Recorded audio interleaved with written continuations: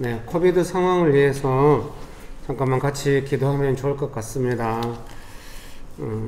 우리 모두가 힘을 모아서 이 상황을 지나가고 있다고 생각합니다. 그래서 위드 코로나도 진행되고 또 방역도 진행되고 이것은 어차피 조화롭게 바퀴가 순탄하게 굴러가듯이 될 일은 아니었다는 생각이 듭니다.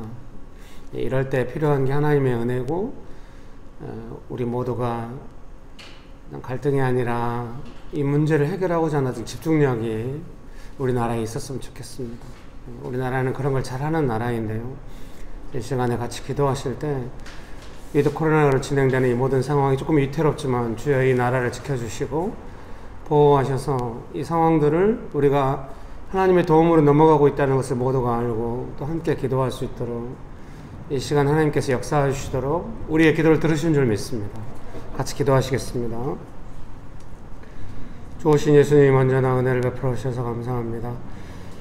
위드 코로나를 진행해 가면서 여러 가지 어려움들이 있습니다. 중증 환자도 늘어나고 또 오미크론이라는 새로운 변이 바이러스가 생기고 어려움이 있지만 좋으신 예수님, 이럴 때 우리는 겸손하고 가난하고 간절한 마음으로 예수님의 은혜를 구합니다. 주여 이 나라를 불쌍히 여겨 주시옵소서. 주여 우리의 호소를 들어주시옵소서. 주여 이 나라를 불쌍히 여겨 주시옵시고 예수님의 은혜와 치료하심이 어떤 것인지 우리 모두가 경험하게 하여 주옵소서. 주여 이 나라를 불쌍히 여겨 주시옵소서. 좋으신 예수님, 온 열방을 통치하시고 다스리시고 은혜를 베푸시는 예수님 감사합니다.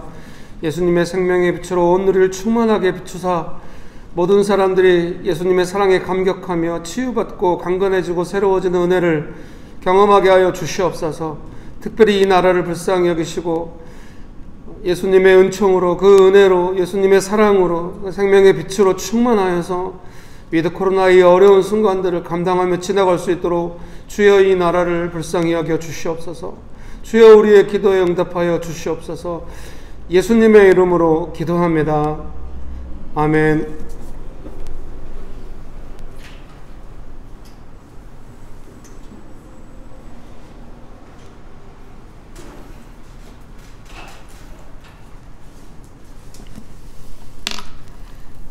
사도신경으로 오늘 주일 예배를 시작하도록 하겠습니다.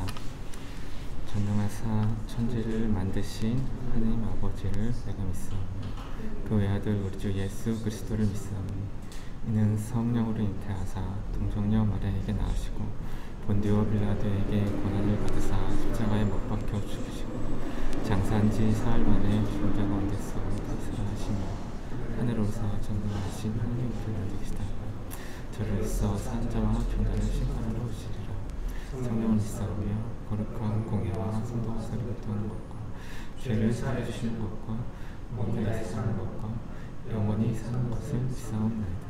아멘.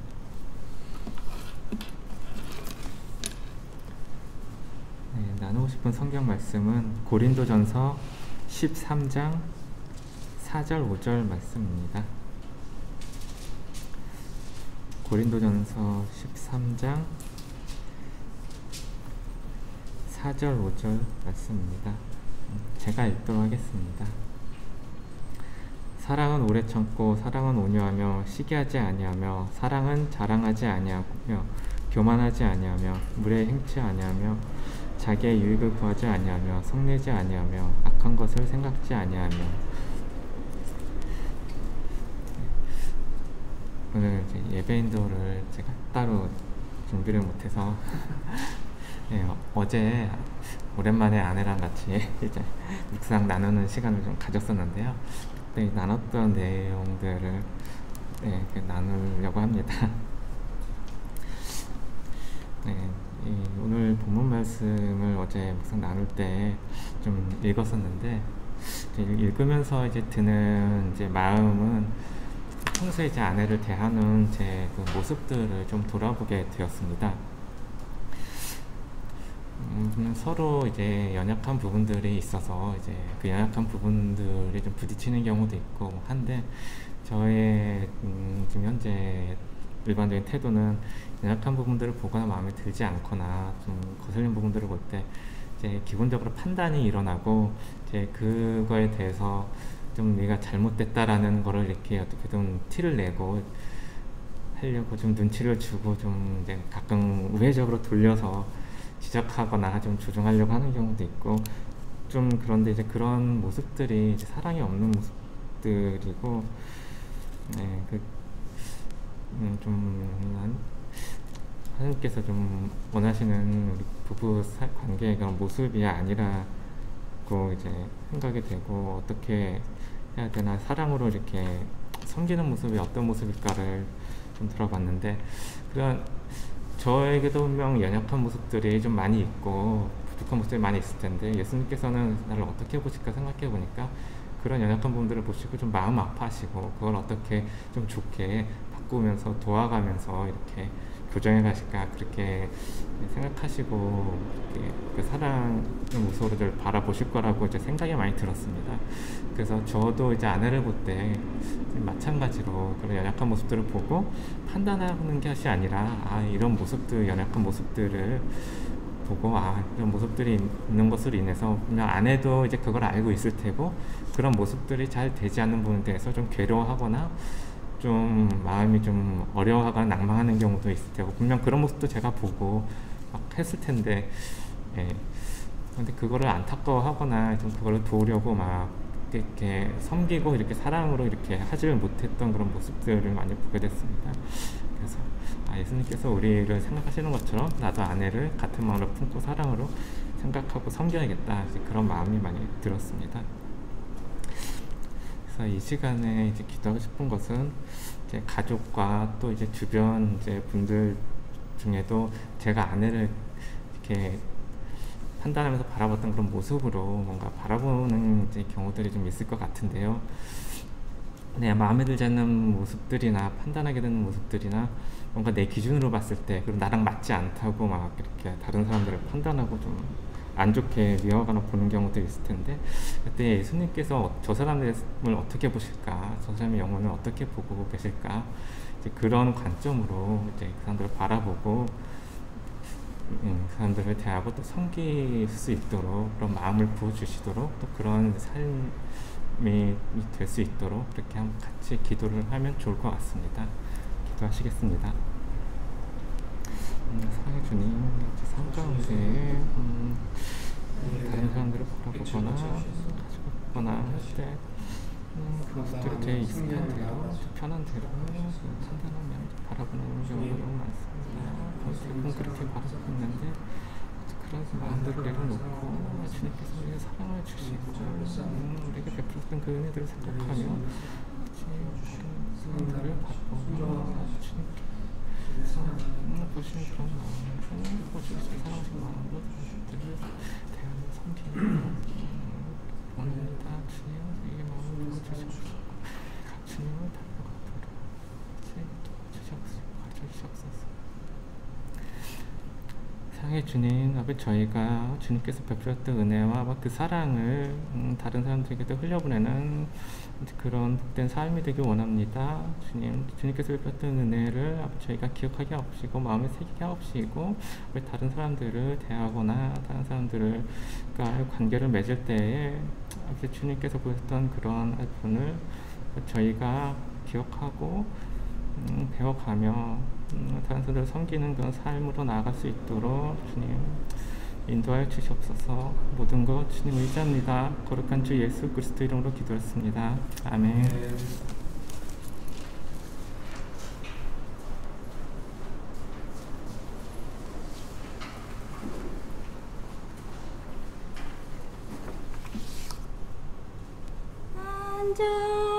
안전하신 나의 주 의의 길로 날 인도하소서. 행하신 모든 일 주님의 영광 단영대합니다. 예배합니다. 찬양합니다. 주님만 날 다스리소서.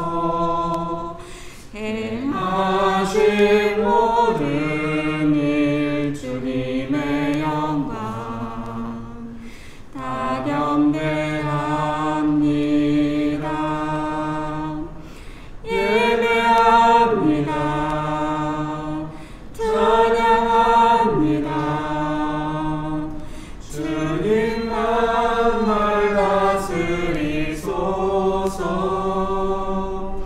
예배합니다. 찬양합니다. 주님 홀로 높임 받으소서. 주님은 신실하고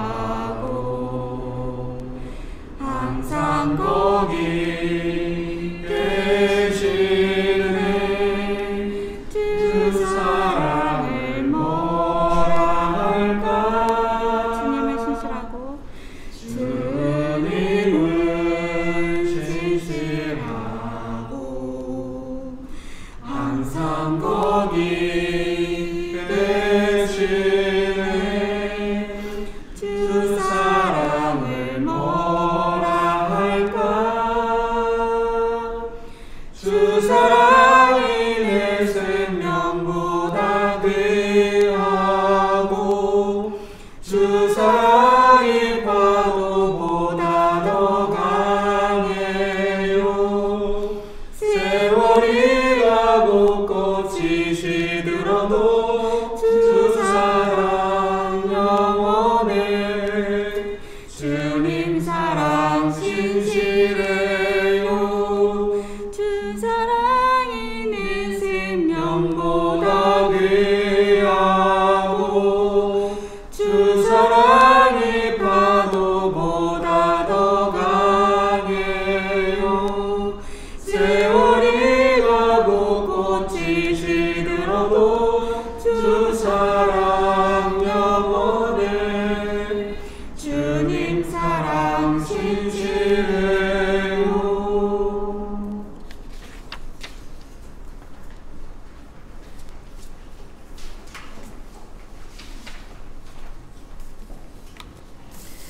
우리의 산 소망 되시며 인도자 되시는 주님, 날마다 믿음을 더하여 주셔서 감사합니다. 고난이 있을 때나 기쁠 때나 늘 주님과 동행하는 삶을 놓치지 않게 하시고 늘 주님 앞에 예배하는 삶을 살게 되기를 소망합니다. 하나님께서 부르신 뜻을 따라서 살아가는 것을 멈추지 않게 하시고 명신교회를 향한 주님의 뜻이 불일 듯 일어나게 하여 주시옵소서. 그래서 하나님, 하늘에서 정말 이룬 뜻이 이 땅 가운데 이루어지기를 기도합니다. 예수 그리스도 이름으로 기도드렸습니다. 아멘.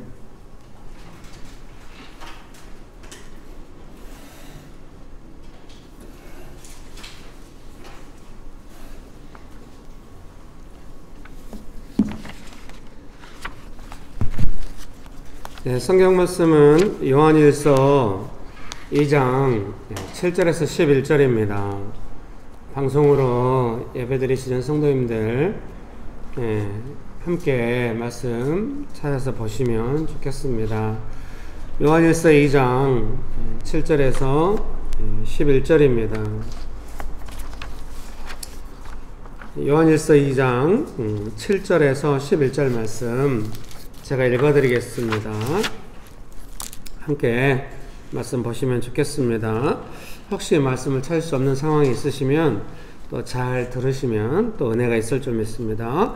요한일서 2장 7절에서 11절입니다.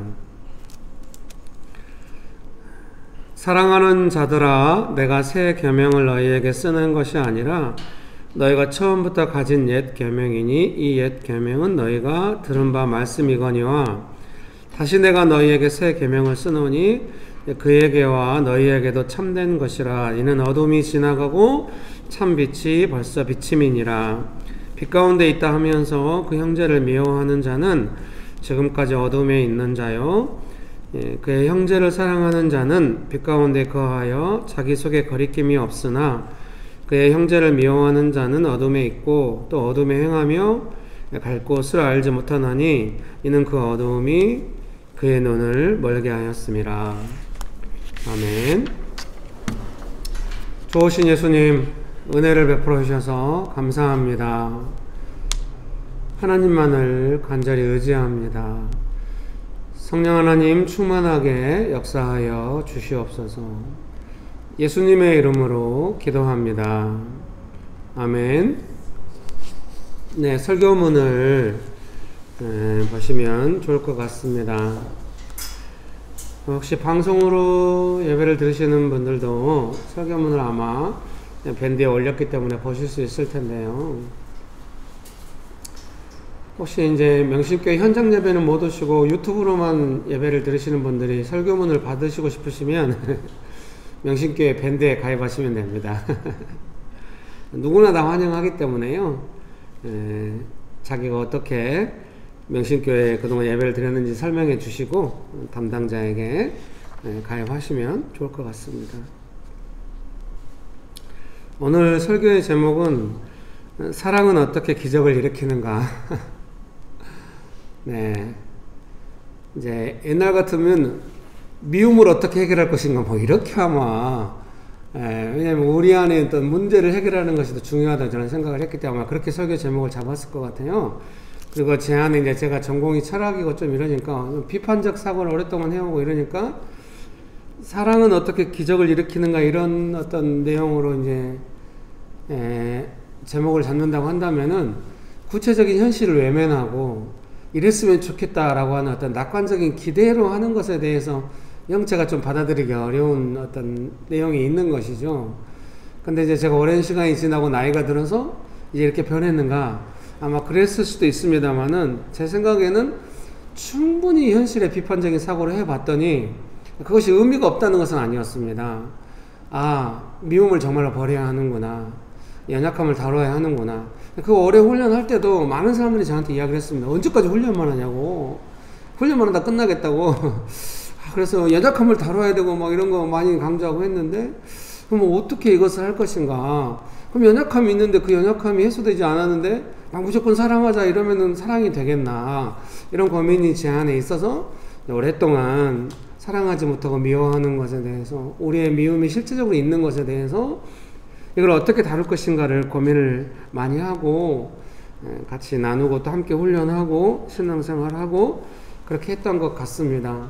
그런데 그렇게 이제 다루다 보니까 어느 순간 저에게 시즌이 왔는지 모르겠는데 아, 예수님의 사랑이 어떻게 미움을 다루어가면서 다스려가면서 예수님의 사랑이 우리 삶에 어떻게 기적을 일으키고 역사를 일으키는가를 배우게 된 거예요. 그걸 더 깨닫게 된 거죠. 아, 그래서 이제 제가 배우는 것을 보통 이제 설교하고 신앙생활 함께 훈련하고 하지 않겠습니까? 그래서 제가 이걸 배워가고 있는 중이고 이제 그래서 나누게 되고 이렇게 말씀드리고 싶습니다. 설교문. 그래서 이제 사랑은 어떻게 기적을 일으키는가 이렇게 제목을 정했는데 그 옆에 제가 오늘 아침에 와서 이제 설교문 준비를 또 하면서 이렇게 적어놨어요. 예수님의 사랑은 현실에서 어떻게 적용되는가. 이게 이제 부제고 보다 중요한 내용이라고 할 수가 있겠죠. 설교문 서론을 읽어드리겠습니다. 가족들, 학교의 친구들, 직장의 동료들, 교회에서 만나는 성도들, 그리고 불특정 다수의 사람들과의 관계 속에서 우리는 사랑하기도 하고 미워하기도 합니다. 성경은 빛 가운데 있다 하면서 미워하는 것은 지금까지 어두움에 있는 것이라고 하십니다. 그래서 이제 아까 오늘 본문에도 그게 나오잖아요. 9절에 보면 요한 1서 2장 9절에 보면 빛 가운데 있다 하면서 그 형제를 미워하는 자는 지금까지 어두움에 있는 자요. 이 말씀 읽으면 좀 좌절이 되잖아요. 예수님은 빛이시고 우리는 예수님을 믿으니까 이제 빛 가운데서 행하고 빛의 갑옷을 입고 막 이제 살아야 돼요. 근데 미워함이 있잖아요. 근데 성경은 미워하면은 지금까지 어두움에 있는 자래요. 그래서 제가 여러분께 이렇게 말씀드리고 싶어요. 이제 말씀이 선언적으로 이렇게 선포되어 있잖아요. 이 선포되어 있는 이 말씀을 이제 적용할 때 융통성 있게 자기 마음대로 적용해라 그것은 아니에요. 근데 성경이 너 미워하구먼 딱 걸렸어? 너는 어둠이야. 이렇게 말씀하시지 않는다는 것을 우리가 이해할 필요가 있겠습니다.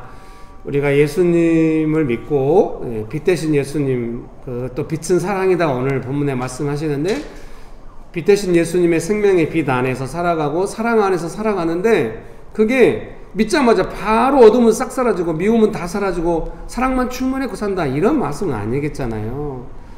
기독교 2000년 역사상 그런 사람 없는 것 같아요. 제가 볼 때 다 이제 이렇게 사랑이 충만해져 가고 빛이 충만해져 가고 이렇게 되어가는 거죠. 베드로나 바울이나 다 그렇게 되어가는 거 아니겠습니까? 여러분 믿으십니까? 그런 은혜가 가득하게 되시기를 주의 이름으로 축복합니다. 막 그 유명한 바울, 바늘로 찌려도 피 한 번 안 남고는 바울도 막 딱 부러지고 막 이래도 어때요? 마가를 같이 데리고 가면 안 된다고 해갖고 그냥 바나바랑 갈라섰는데 나중에 어때요? 마가를 오게 하라고 이렇게 하잖아요. 마가는 그때 이상한 길로 간 게 아니라 마가복음을 쓰게 되잖아요. 바울도 시간이 지나면서 더 이렇게 더 사랑이 충만해지고 이렇게 되는 것이죠. 여러분 믿습니까? 그런 은혜가 가득하게 되시기를 주의 이름으로 축복합니다. 이 말씀 읽을 때 융통성 있게 내 마음대로 해석을 하는 게 아니라 지금 뭔가 내 마음에 하나 걸린다고 바로 엄청 딸따서도 못하고 막 그 말씀이 뭔가 정제처럼 다가오고 이러면 안 된다는 거예요. 언제나 인격적인 말로 이해할 수 있어야 돼요. 그래야 성장하는 줄 믿습니다. 어릴 때는 부모가 이거 하지 마 그러면은 하지 말란 말만 들려가지고 난리 할 수 있어요. 근데 조금 크면은 하지 말라는 게 보호일 수도 있고 사랑일 수도 있고 그럼 이거는 괜찮아? 이렇게 물어볼 수도 있다고 하는 것을 점점 알아가잖아요. 인격적으로. 그래서 언제나 말씀은 뭔가 약간 인격적이지 않게 정죄로 다가오면 일단 좀 지금 뭔가 이게 좀 아직 온전한 해석이 아닐 수 있다 이렇게 생각하시고 예수님의 사랑 안에서 인격적으로 이렇게 대전제가 뭡니까? 하나님은 사랑이시다. 예수님은 나를 사랑하신다. 그 전제 안에서 사랑이라고 해서 다 내 마음에 맞다 또 이건 아니겠죠. 그러나 어쨌든 인격적인 내용은 있을 거 아닙니까? 뭔가 내가 잘못됐어도 부드럽게 교정해 가시는 것이지 정죄는 아니니까 잘 자기 내면을 분별해 가지고 정죄다 싶으면은 조금 내가 해석이 더 필요하고 은혜가 더 필요하다 하면서 그 말씀을 조금 기다렸다 읽어도 될 것 같습니다. 여러분 믿으십니까? 우리가 신앙이 성장하면서 죄를 벗어버리고 거룩한 열매를 맺듯이 사랑하는 것도 미움을 버리고 사랑으로 섬기는 것을 배우고 익혀서 열매를 맺어야 하는 것 같습니다. 성령의 열매 중에서 첫 번째 열매가 사랑의 열매잖아요. 사랑을 배우고 익혀야 한다. Love is art. 제가 대학교 신입생 때 그 영어 수업의 그 소제목 제목이 에릭 프롬의 글이었던 건 사랑은 기술이다. 뭐 이런. 처음에 사랑은 예술이요? 그런데 알고 봤더니 아트는 기술이다 그렇게 번역한다고. 어떡해. 여러분 그래서 뭐 사랑이다 그러면 그냥 가을에 낙엽 떨어지고 분위기 낭만적이니까 딱 이제 사랑하기 좋구만 이런 게 아니라는 걸 말씀드리고 싶은 거죠. 예수님의 십자가의 사랑이 그런 사랑이 아니니까. 예수님의 십자가의 사랑은 좀 처절하잖아요. 피를 흘려가면서 우리의 죄를 담당하시는 예수님의 사랑이기 때문에 우리가 그 예수님의 사랑을 받고 예수님의 사랑을 실천하려고 할 때는 분명히 그런 결단이 필요하고 희생이 필요하고 막 이겨내야 되고 인내해야 되고 분명히 그런 것들이 있는 것입니다. 모든 부모의 사랑이 가장 예수님의 사랑과 닮았다고 한다면 그 부모의 사랑 우리가 잘 알지 않습니까? 어떤 겁니까? 인내하고 때로는 뭐라고 하기도 하지만은 또 가슴 아파하기도 하면서 이렇게 가는 것이 사랑의 내용인 줄 믿습니다. 그러니까 배우고 익혀야 하는 것이죠. 어떤 분위기가 맞아가지고 사랑하는 감정이 올라와서 그렇게 성경은 말씀하고 있지 않은 것 같습니다. 오늘 예배 인도하신 집사님이 나눴지만 고린도서 13장의 사랑이 첫 번째가 뭡니까? Love is patient. 사랑은 언제나 오래 참고. Patience가 환자니까 고통을 오래 참는 거 아니겠습니까? 즐거움을 참을 수도 있겠습니다. 사랑은 고통을 참는 게 많이 있는 것이죠. 사랑인 것이죠. 여러분 혹시 뭔가 고통스러운데 내 마음대로 못하고 있어요? 사랑하고 있는 것이죠. 여러분 믿습니까? 그런 은혜가 가득하게 되시기를 주의 이름으로 축복합니다. 설교문 1번 상황을 어떻게 볼 것인가. 내가 원치 않는 상황이 왔을 때 빠르게 우리 마음에는 상황과 사람에 대한 판단이 옵니다. 나의 마음이 어떻게 불편한지 살피기도 전에 또 불편함에서 어떤 반응들이 나가는지 제어하기도 전에 마음과 말과 행동들이 진행되는 경우가 있습니다. 그래서 이제 이것을 조금 경험하게 되면 사랑하는 성도님 여러분께서 나중에 이제 일단 반응하고 볼 거 아니에요. 이제 좀 통제가 안 됐고 뭔가 분별도 안 됐는데 막 반응이 나왔어요. 근데 시간이 조금 지나면 이제 생각이 나고 조금 후회도 되고 좀 더 반응을 잘할 걸 막 이런 생각도 들고 이러잖아요. 저는 아마 그런 과정과 시간들이 성령님께서 역사하시는 시간이 아닌가 싶어요. 그래서 그런 시간을 너무 불편하고 막 싫어하고 막 잊어버리려고만 하지 마세요. 성령님의 인도하심 안에서 도와달라고 기도하면서 제가 무엇을 배우고 어떻게 했어야 할까요? 좀 기다리는 심정으로 기도하시면은 위로와 격려와 더 좋은 어떤 것들에 대해서 이제 아마 생각을 주실 것 같아요. 근데 성령께서 우리를 가르쳐 주시는 어떤 그 내용들은 뭐 산수나 뭐 어떤 공부를 배울 때 깨달았던 그거 약간 다른 것 같아요. 행동이 나오게끔 분명히 가르쳐 주시는 어떤 우리의 마음과 영혼을 새롭게 하는 측면이 분명히 있거든요. 그래서 그런 시간을 좀 즐겁게 보내는 것이 필요하다는 생각입니다. 왜냐하면은 우리가 그 예수님의 사랑을 우리가 이제 실천하고 살아야 빛 가운데 있는 것이고 또 어둠을 몰아내고 미움을 몰아내고 이럴 건데 언제나 그것은 뭐 숲속에서 따로 혼자 살면서 하는 건 아니잖아요. 상황과 사람들과의 관계 속에서 순간순간 부딪히는 문제거든요. 그러니까 이제 그런 반응들을 점검하면서 돌아보면서 이제 시간을 가지면 좋고요. 나중에 좀 더 이제 훈련을 하면은 이제 반응이 불쑥 나가잖아요. 이제 그 후로 계속 점검을 하면은 내가 뭔가 반응을 하기 전에 내가 적절한 반응을 할 수 있도록 그 상황을 이끌어갈 수 있어요. 총체적으로 보면 약간 딜레이거든요.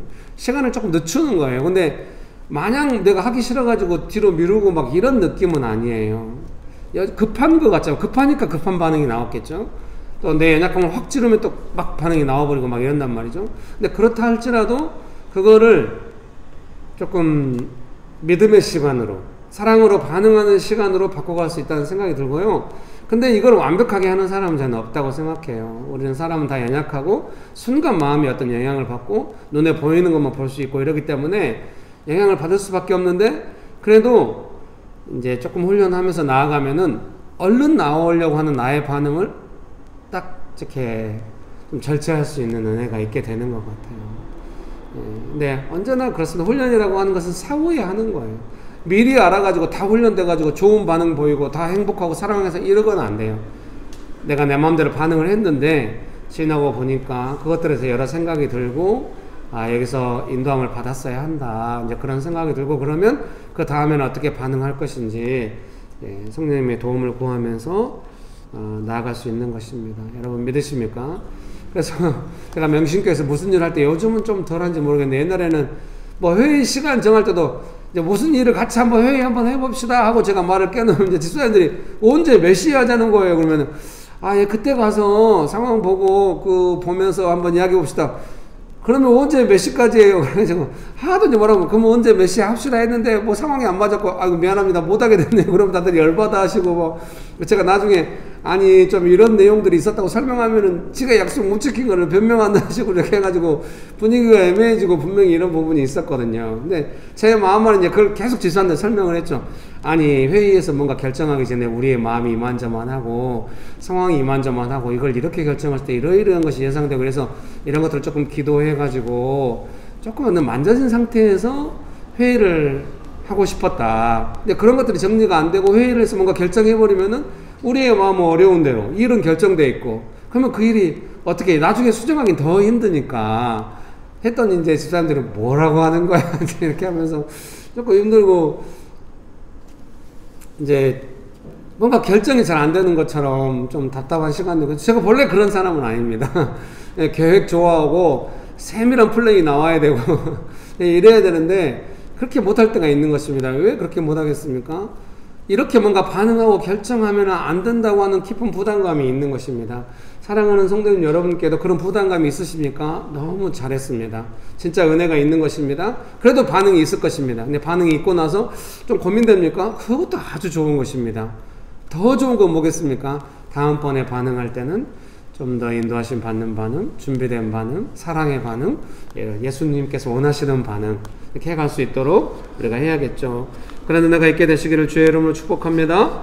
네, 설교문 2번입니다. 시간이 조금 지나 불편함이 불편해진다면 제가 이제 설교문을 쓰고 사실 설교문 작성이 잘 안 됐어요. 월요일 아침에 본문을 올렸잖아요. 제가 새벽에 묵상 올려가지고 계속 이제 여러분은 답답하실 거예요. 새로운 글쓰기에다 밴드에다 올려야지 자기가 옛날에 쓴 글 밑에다가 계속 일주일 내내 몇십 개 막 댓글로 막 설교문도 올리고 막 이러니까 답답하시겠지만 제 나름대로 그 믿음의 투쟁 끝에 막 고민하고 연속성을 갖기 위해서 이렇게 올리는 거예요. 이제 위아래 보시면서 문맥적으로 이해하시도록. 근데 이제 많은 분들이 안 찾아볼 것 같아요, 제 느낌에. 그래서 제 마음은 포기를 했어요. 볼 사람만 봐라. 이렇게. 어떻게? 예. 자, 안 보는 것으로 복수하지 마시고, 좀 봐주세요. 어떻게? 여러분, 축복합니다. 그래서 이제, 그 설교문을 어떻게 이제 금요일날 하루 종일 또 금요일날 씨름하고, 목요일날 작성하려고 하다가 못했어요. 금요일날 또 하루 종일 씨름하다가 이제 작성을 했죠. 막 복잡한 소식들이 계속 들려오는 가운데 딱 작성이 되더라고요. 쭉 작성을 했어요. 그리고 이제 밴드에 올리고 했는데, 여수에서 명신교회 예배를 같이 참석하시고 좋아하시는 권사님 계시잖아요. 가끔 권사님이 그 연세가 있으시니까 깊은 말 한마디를 보내줘요, 문자로. 한 2주간 설교문이 안 와서 궁금하고 기다렸는데, 설교문을 받았는데 어떻게 눈에 안 보이는 그 마음의 내용을 이렇게 눈에 보이듯이 글로 풀어서 했냐고, 너무 기쁘다고 막 이렇게 보내온 거예요. 그래서 또 누군가 알아봐주면 또 기분이 좋잖아요. 네, 다들 뭐 오늘 열받았어요. 도와주세요, 여러분. 네, 그래서 좀 그렇게 해보려고 했습니다. 그냥 막 문맥 안에서 막 투쟁하고 있는 내용을 설교문으로 작성할 수 없잖아요. 풀을 먹었으면 우유를 해야지. 풀을 그대로 갖다 주면 안 되잖아요. 그래서 이제 나름대로 고민했는데, 이제 결론은 그거였죠. 예수님의 사랑이 현실에 적용될 때 우리는 어떻게 하고 있는가에 대해서, 이제 아무래도 제가 경험 없이 나눌 수는 없으니까 예수님의 사랑이 제 삶 속에서 어떻게 역사하고 있는가를 제가 분별하고 살펴보는 것이고, 이제 그거를 글로 이제 한 것이죠. 말씀을 보고. 네. 상황들에 대해서 반응이 끝나고 나면 여전히 화가 날 수도 있고, 또 후회가 될 수도 있고, 더 온전한 반응이 있을 수도 있다는 생각들을 아마 스스로 하게 될 수 있습니다. 어느 순간 점점 조용히 예수님의 사랑이 우리 삶과 기준에 적용되기 시작합니다. 이게 성령님의 가르침이 조금 놀라운 것 같아요. 막 번개치듯이 오는 경우는 거의 없고요. 내가 씩씩거리든지 기쁜 형이 이불킥 하잖아요. 이불 속에 들어가서 발로 막 차면서 막 부끄러워가지고 세상 밖으로 나올 수가 없어, 막 이렇게 집 밖은 위험해 막 이러면서 뒹굴뒹굴 할 수도 있고, 막 엄청 막 창피할 수도 있고 막 이런데, 그 시간이 조금 지나고 나면은 조용히 뭔가 생각이 들잖아요. 그래서 여러분, 부끄럽고 후회되고 이런 시간이 지나고 화가 나고 이런 시간이 지나고 나서 조용히 내 마음에 찾아오는 그 생각들, 그것들을 잘 주목하실 필요가 있습니다. 성령께서 그때 우리를 부드럽게 만지시고 가르치시고 새롭게 하실 수 있거든요. 믿습니까? 그것은 강요가 아니라 나의 반응에 대한 후회와 사랑으로 즐거웠던 기억에 대한 목마름입니다. 반드시 성령께서 우리를 가르쳐 주실 때는 또 그런 게 있는 것 같아요. 막 너무 복잡한 상황이었는데 내가 반응을 잘했어. 뭔가 예수님이 뜻대로 한 것 같아요. 하고 나면 너무 뿌듯하고 막 일도 잘 되고 막 이런 경험이 있어요. 그런 경험이 있으니까 내 마음대로 반응했으면은 좀 그렇게 했으면 어땠을까 하는 마음이 막 들고, 오는데 제 생각에는 그런 마음도 꼭 우리의 마음이 전부일까 고민을 하게 돼요.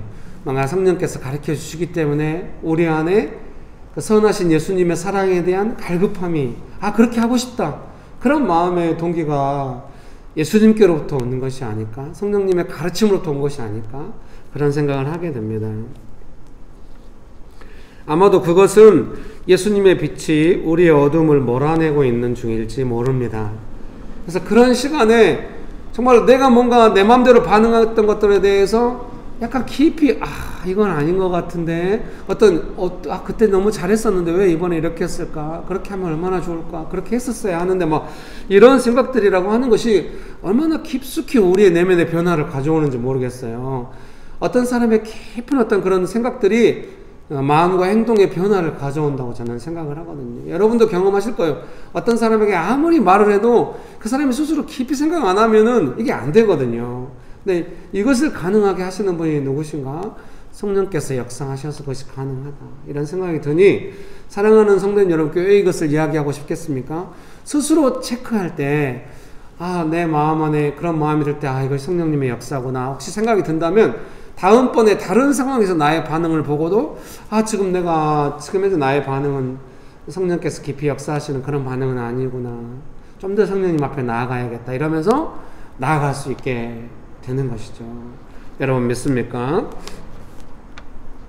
비로소 빛 가운데 사랑 가운데 행하는 즐거움과 복이 무엇인지 알아가는 것이기 때문입니다. 그렇죠. 옛날에는 사랑으로 반응해서 예수님의 역사로서 삶의 현실이 좋아진다고 하는 경험이 없을 때는 그냥 화나고 뭐 억울하고 막 후회스럽고 이런 것만 남아있겠죠. 근데 예수님의 역사로 어떤 좋은 경험을 하고 나면은 아, 그렇게 살고 싶다, 그렇게 하고 싶다, 그때가 좋았다, 이제 그런 생각들이 늘 있게 되는 것이죠. 그것은 이제 우리가 점점 그런 사랑으로 나아가는 중이라는 생각이 들고요. 그런 모든 것이 총체적으로 예수님의 가르침이 아닐까 그런 생각이 드는 것입니다. 우리가 말씀을 통하여 직접 배우기도 하지만 삶의 현실 속에서 기도와 생각들을 통하여 예수님께서 우리를 가르치시고 인도해 가신다 그런 생각이 드는 것이죠. 여러분 믿습니까? 네, 설교문 3번입니다. 사랑으로 반응한다는 것.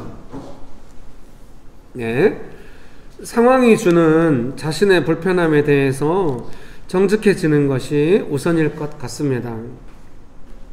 상황 때문에 어떤 사람 때문에 불편하다고 생각하기 쉽지만 그 불편함이 나의 사랑을 쉽게 만들었다는 것을, 원망이나 분노가 생기게 만들었다는 것을 알 필요가 있는 것입니다. 여러분, 원망이나 분노는 익숙할 수 있어요. 근데 사랑이 식었다는 건 조금 익숙하지 않을 수 있거든요. 항상 잘 체크 항목에 우선적으로 넣어야 돼요. 이게 우리가 사랑하며 살잖아요. 그것은 예수님께서 우리한테 부탁하신 첫 번째 계명이라고요. 근데 이제 사랑이 식어버렸다고 하는 것은 가장 우선적인 문제라는 생각이 들어요. 아니 나는 미워하진 않았어, 아니 나는 원망하진 않았어, 그래서 나는 괜찮아, 이렇게 가면 안 되고요.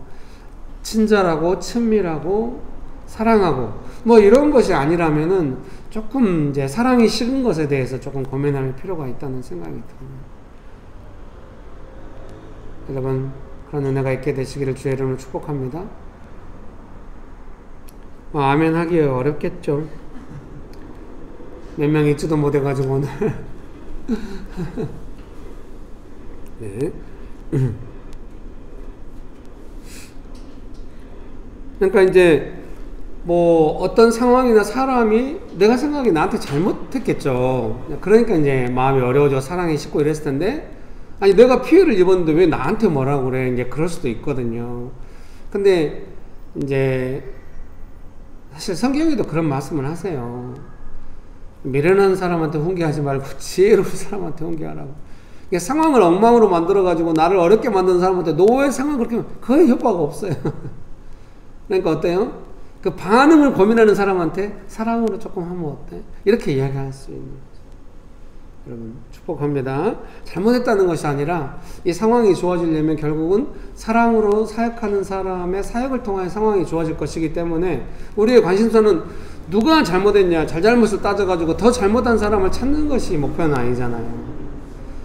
성경의 가르침이 그건 아니라고 생각해요. 성경의 가르침은 누가 여기서 사랑할 것인가, 이제 그런 뜻이라고 생각하거든요. 여러분 믿습니까? 이렇게 말씀 아무리 드려도 마음속 깊이 동의가 안 된다는 거 알아요. 나는 피해자야. 나는 당하고 있고 내가 어려운데 나한테 뭐라고 하지 마. 분명히 이럴 수 있어요. 네, 이해가 됩니다. 그럼 여기서 어떻게 해야 되지? 여러분 축복합니다. 예. 이게 내 잘못만 아니라면 다 죽어도 괜찮아, 정말 이런 건 아니거든요. 예, 정말 그렇게 공동체가 돼서는 안 되죠. 그런다고 해서 내가 잘못하지 않는데 네 잘못이야, 이것도 또 아니긴 아니에요. 근데 예수님께서 보시는 한 사람이 있다고 생각해요. 자기가 잘못한 거 아닌데도, 자기가 피해를 입었는데도 뭔가 공동체를, 가정이든지 직장이든지 교회든지 도시든지 국가든지 온 열방을 향하여 뭔가 행하고 있다. 거기에 예수님의 동행이 있지 않을까, 그런 마음이 드는 거예요. 그런다고 해서 막 온 세상 사방 다 돌아다니면서 다 구할 것처럼 우리가 돌아다닐 필요는 없을 것 같아요. 그냥 나의 가족들, 나의 가까운 사람들과 함께 보낼 때 그때 조금, 왜냐하면 예수님께서 들어서 사용하시기 때문에 반드시 은혜가 있는 줄 믿습니다. 여러분 믿으십니까? 네, 그런 은혜가 가득하게 되시기를 주의 이름으로 축복합니다. 마음의 복잡함을 피할 수 없습니다. 상황이 주는 고통이 있는데도 예전처럼 나의 불편함을 해소하는 쪽으로 풀어갈 수 없습니다. 원망으로는 상황이 해결되지 않는 고통을 겪다 보면 사랑이 아니면 안 된다는 것을 알지만 불편함이 자극하고 또 무엇이 옳은지 경험이 쌓이기를 기다려야 하기 때문입니다. 뭔 말인지 모르겠죠. 문장을 한 두세 개로 나눠서 했어야 되는데 지금 제가 이제 겪은 상황을 눈으로 보듯이 이제 글로 만들어가는 과정에서 막 설명하다 보니까 막 단어들이 쏟아져 나온 거예요. 그래서 이렇게 복잡하게 됐습니다.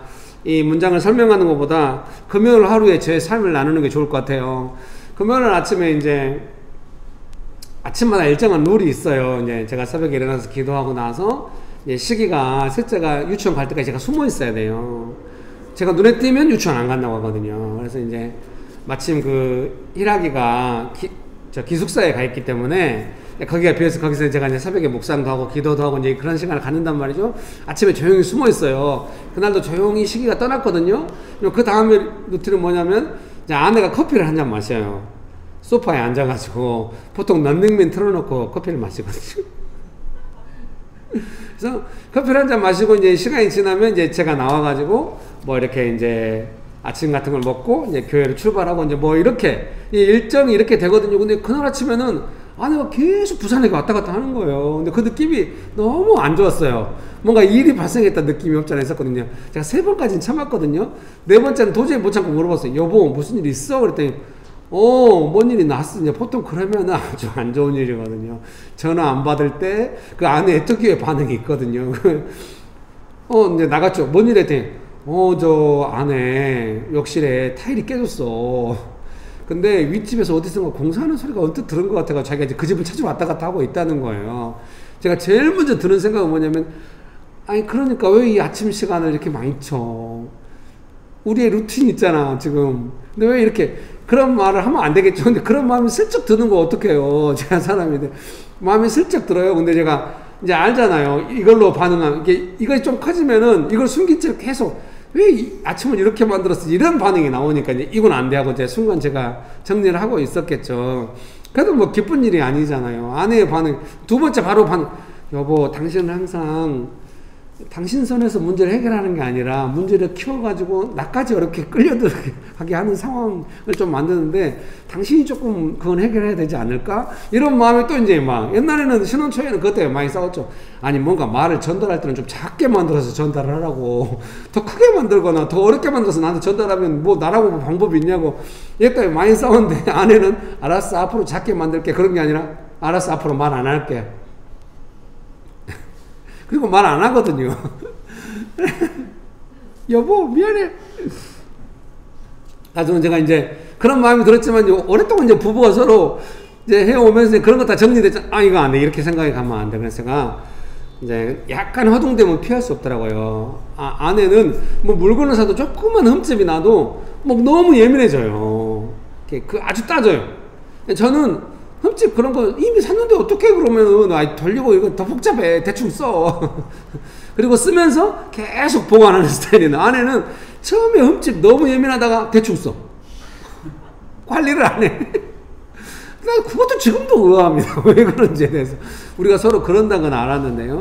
근데 저도 약간 허둥대게 되니까 그 허둥대는 느낌이 너무 싫잖아요. 그 허둥대는 느낌으로 관리사무소도 찾아가야 되는 것도 너무 싫고 찾아갔더니 관리사무소 지금 아파트 단지에 타일이 많이 깨지고 있다고 와장창 쏟아지고 있다고 막 이건 제가 옮긴 말인데 어떤 사람이 다칠 뻔할 정도로 막 쏟아지고 막 이랬나 봐요. 네, 여러 이야기를 들어보니까 그래서 이제 관리사무소한테 좀 오셔서 이거 봐줄 수 있겠냐고 봐주고 뚝뚝 때려보더니 제가 그 영상도 밴드에 올렸잖아요. 여러분 재밌게 보시라고 뚝 때렸는데 밑에는 소리가 안 나는데 위에는 완전히 비어있는 거죠 타일들이. 그래가지고 그것도 주인한테 제가 사정해야 되냐면 이거 우리가 잘못한 게 아니고요 타일이 이만큼 깨지고 있다는 그거를 이제 제가 말하면 공신력이 없잖아요. 관리사무소에서 소장님하고 다 저한테 해줬던 이야기 많이 깨지고 있고 여기가 비어있고 이래서 약간 이게 부실공사라 지금 민원이 들어가 있는데 민원 접수상 쪽에서는 얼른 이게 아마 수리가 안 되는 것 같다 이런 이야기 해주면 좋은데 그 이야기를 조금 해달라고 했더니 이제 전화로 조금만 해주시면 안 될까 했더니 그 주임님이 최고 말단이 나한테 뭘 원하냐고 하면서 내가 해줄 게 없다고 소리를 고래고래 지르는 거서 아니 해달라는 게 아니라요 말만 조금 해주시면 안 될까요? 근데 너무 소리를 지르는 마음에 다 들었어요 이제 주인이. 예 제가 관리사무소랑 또 도움 받아야 되는 입장이기 때문에 어쩔 수 없이 이렇게 겸손하게 하려고 했는데, 이제 들으셨죠? 뭐 이렇게 하고 이제 주인하고 이야기하면서 이렇게 문제를 풀어갔어요. 밴드에 제가 올려드린 대로 그날 저녁에 집에 돌아와도 타일은 그대로 깨져 있어요. 지금도 깨져 있습니다. 근데 그 깨져 있는 타일을 아내와 제가 볼 때 어떻게 보겠습니까? 이 상황 속에서 우리가 서로 의지하면서 서로 도와가면서 이걸 어떻게 풀어갈까. 이게 타일이 깨진 것의 가장 큰 의도는 뭐겠습니까? 제가 좀 짜증내고 아내는 허둥대고 이러면서 우리의 관계 안에 사랑이 없어지게 만들려는 게 의도죠. 물론 여러분 그렇게 생각하실 수 있어요.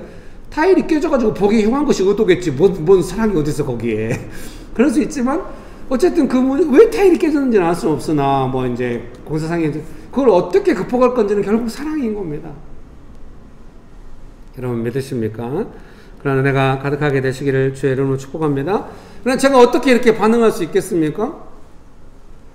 오랜 시간 동안 그렇게 반응해 왔던 거죠. 근데 그렇게 갖고는 뭐 타일이 어떻게 고쳐질 수야 있겠지만은 너무 우울증이 많이 남잖아요. 스스로도 상처가 너무 많이 되고.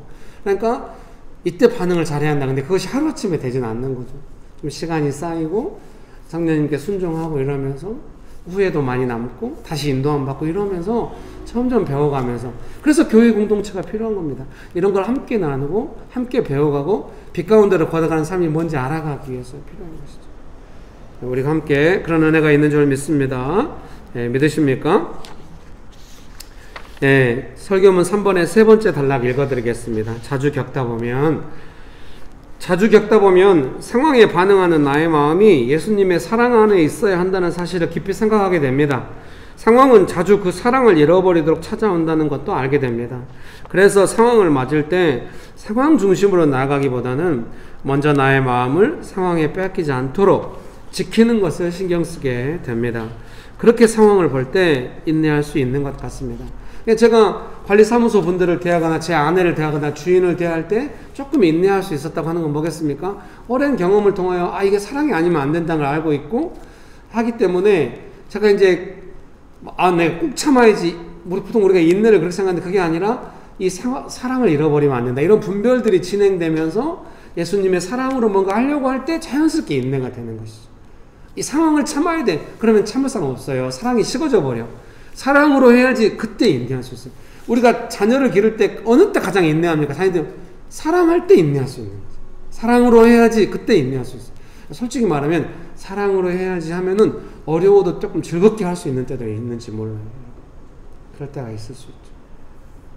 축복합니다. 그래서 이런 부분이 중요한 것 같아요. 어떤 일을 딱 진행할 때 처음 마음과 관점이 사랑으로 할 것인가 아니면 내 스타일대로 따지면서 할 것인가, 이 두 가지가 조금 결정되는 것 같아요.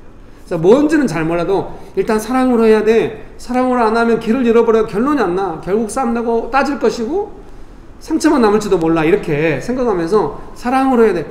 그 방향을 조금 결정하는 것이 구체적이고 세밀한 어떤 대응보다도 우선적이고 중요할 때가 있다는 생각이 듭니다. 설교문 4번입니다. 사랑의 결과. 마음 복잡해서 쉬지 못하지만 예수님의 칭찬이 있습니다. 예수님의 칭찬을 김길 너 너무 잘했어, 오 인내하고 사랑, 그런 건 아닌 것 같아요. 네, 제가 칭찬이라고 쓰고 이제 설명이 좀 필요하다는 생각이 드는 거죠. 예수님의 칭찬을 그럼 제 설명을 들으시고 그것이 칭찬이요? 뭐 이럴 수도 있거든요. 근데 한번 제가 이제 그 느낀 내용을, 말씀을 경험한 내용을 썼기 때문에 한번 설명해 드리도록 하겠습니다. 축복합니다. 첫 번째 예수님의 칭찬이라는 느낌은 어떤 거냐면 내 마음대로 하지 않았다는 안도감 같은 거. 그것은 그냥 저의 느낌일 수도 있겠죠. 근데 어쩐지 내가 예수님의 사랑을 지켰구나, 또 내 마음대로 하지 않았구나, 예수님 뜻대로 하려고 했구나, 어떤 그 예수님의 인정과 사랑이 그 안에 내가 여전히 있다는 좀 그런 느낌이 있거든요. 내 마음대로 해버리면 뭔가 내가 벗어나고 있다는 느낌이 있고, 와장창 유리창이 깨진 느낌도 있고, 막 내 마음대로 마음이 확 뭐 그렇게 될 때가 있거든요. 근데 뭔가 조금 힘들어도 복잡해도 막 상황 때문에 복잡하겠죠. 근데 예수님께서 원하시는 대로 반응하려고 할 때는 내가 벗어나지 않았구나, 예수님의 사랑을 세보려고, 그런 안도감 같은 게 있거든요. 저는 그것을 좀 칭찬하고 이해하고 싶어요. 그 다음에 두 번째는 그 나의 반응이 없다는 즐거움이 조금 있을 수 있거든요. 이걸 좀 잘못 적용하셔가지고 이제 가정 안에서 뭔 일 있으면 나는 반응하지 않을 거야. 너는 힘들지? 뭐 이건 안 해. 영영 죽겠지. 이건 안 돼. 옛날 아저씨 영어가 막 튀어나오면 영영 죽겠지. 예, 여러분 죄송합니다. 예, 명식교회 젊은 분들에게 죄송하게 생각합니다. 네. 그 다음에 상황을 바꿀 수 있다는 믿음. 뭐 이런. 그러니까 조금 복잡하고 그런데 옛날 같으면 내 마음이 더 복잡해졌으니까 약간 파괴적으로 막 마음과 말들이 막 나오잖아요. 관계를 파괴하고 상황이 막 마음대로 될 대로 되라 이런 식으로 갈 수가 있는데 그렇게 하지 않고 하니까 이제 이 상황을 어떻게 할 수, 내가 이렇게 하면 해결될 거야 그런 건 아니에요. 뭔가 예수님께서 등 뒤에서 밀어주시면서 후원해 주시고 해결해 주실 것 같은 뭐 내가 원하는 거 다 되겠지 그런 느낌은 아니라 내가 어떤 상황이 발생하든 내가 감당할 수 있어 이런 느낌이 있다는 생각이 듭니다. 앞으로 타일이 어떻게 될지 모르지만 우리가 사랑하면서 하니까 뭐 테이프로 붙여놓고 살든 어떻게 살든 그걸 다 뜯어가지고 하는 건 너무 고통스러운 일일 것 같은데요. 그래서 자꾸 주인한테 막 요구하지는 않았어요. 영상도 보내고 이야기를 했지만 주인은 되게 좋아해요. 저희가 즉각 보고하고 관리사무한테 싹싹 빌어가지고 다 고쳐놓고 저희가 오래 살아주길 바래요. 근데 항상 요구하는 건 그거예요. 실거래에 맞게 돈을 달라. 네. 단 한 푼도 양보하지 않아요. 다행히 이번에는 5% 연장이라서 아주 다행으로 생각하고 있어요. 여러분 축복합니다. 사실 좀 제가 마음이 좀 흔들려가지고 제가 어떻게 수습하고 이제 교회 와서 계속 하루 종일 이제 있는데 이제 약간 제 스타일이 올라온 거예요. 아내한테 전화를 했죠. 여보 부동산에 가서 그 이사할 수 있는지 한번 물어볼래? 이제 계약 칠 날이 얼마 안 남았는데 이제 이미 이야기해놨고 네, 제 아내가 복잡할 거야. 뭐 그렇겠지? 그래. 계속 살기로. 여러분 축복합니다. 예수님의 칭찬을 제가 그렇게 이해했습니다. 이렇게도 적어놨네요. 낙관적인 기대가 아니라 어려움 중에도 예수님을 따르고 있다는 안정감. 저는 그것을 예수님께서 격려해 주시고 칭찬해 주신 내용이 아닐까 이렇게 생각을 했습니다. 여러분도 아마 이해하실 줄 믿습니다. 그런 경험들이 있으실 것 같습니다. 읽어드리겠습니다. 그리고 예수님의 도움을 받으며 문제 해결에 집중할 수, 이게 항상 정말 좋은 일인 것 같아요. 문제 해결이 아니라 싸우다 끝나버리잖아요. 나중에 문제는 어떻게 돼 있고 정말로 우리 삶의 그 중요한 문제를 예수님의 뜻으로 해결해 갈 수 있다고 하는 그런 은혜가 이 사랑 안에 있는 것이죠. 여러분 믿습니까? 틈을 노려서 문제보다 더 큰 미움을 만들어내려 했던 방해는 잠잠해집니다. 정말 이거 잠잠해지게 만드는 게 되게 어렵다는 여러분 생각이 드실 거예요. 근데 빛 가운데 예수님의 사랑 가운데 해 가시면은 금방 쉽게 제압할 수 있고 나중에는 이런 것 때문에 그렇게 어려웠나 하면서 쉽게 제압할 수 있는 줄 믿습니다. 틈을 메우고 문제를 해결해 갈 수 있습니다. 빛 가운데 있으면서 문제를 해결해가는 삶을 원하지만 어두움과 먼저 싸워야 하는 수고가 있습니다. 그래도 금방 빛이 가득한 삶을 살아갈 수 있습니다. 예수님은 우리를 비추시기 때문입니다. 빛 대신 생명의 빛 대신 예수님께서 그 생명의 빛을 날마다 우리에게 비춰주시는 줄 믿습니다. 그 빛이 우리를 인도하시고 빛 가운데 살아가게 하시는 줄 믿습니다. 네, 찬송가 한 장 좀 부르고 태산을 넘어 험곡에 가도 400 몇 장인데요.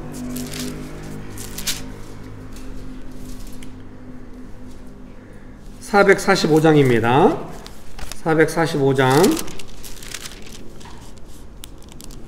통일 찬송가는 502장이라고 나옵니다.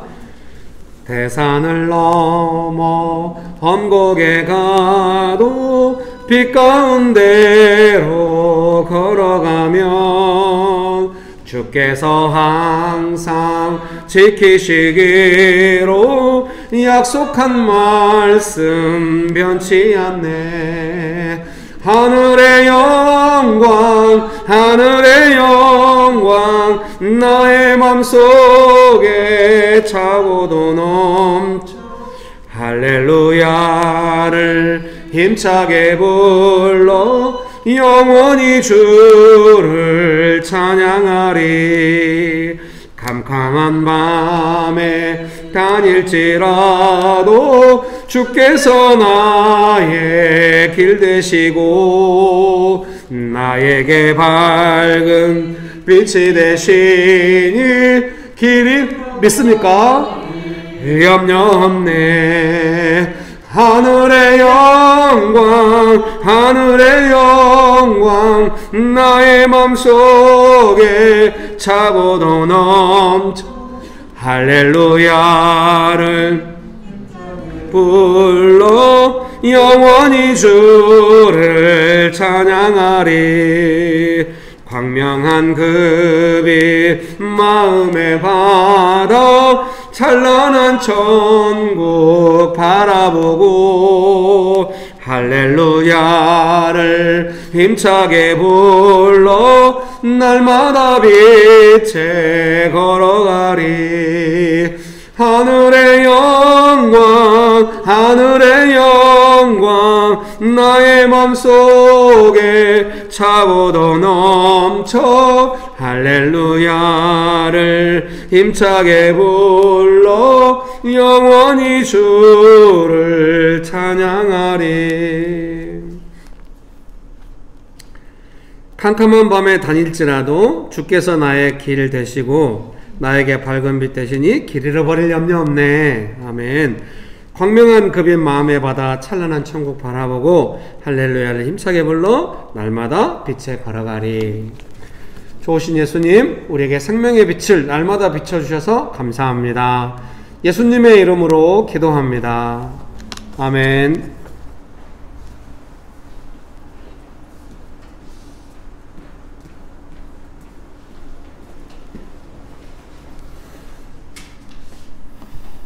하나님, 우리의 삶에 어두움 가운데 빛으로 와주셔서 감사합니다. 대신 주님을 기억하고 주님의 그 사랑을 받아 사랑 안에 살아갈 수 있도록 함께하여 주시옵소서. 영신교회 헌금과 재정 가운데 축복하여 주셔서 주님의 일을 위하여서 복되게 사용될 수 있도록 주님 관여하시고 인도하여 주시옵소서. 예수님의 이름으로 기도합니다. 네.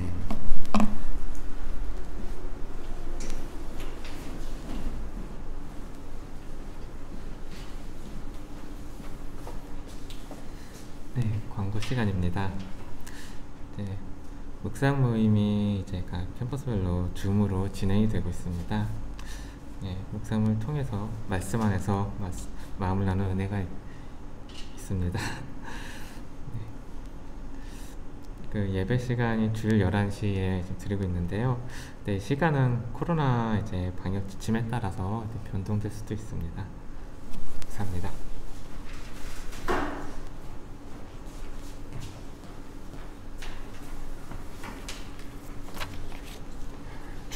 축도로 예배를 마치도록 하겠습니다. 지금은 우리 주 예수 그리스도의 은혜와 아버지 하나님의 크신 사랑과 성령님의 교통하심이 예수님의 사랑 가운데서 살아가기로 결정하는 명신교회 사랑하는 성도님들의 삶 위에, 명신교회 위에, 조국교회 위에, 온 열방 위에 지금부터 영원토록 함께 하시기를 간절히 축원합니다. 아멘. 감사합니다.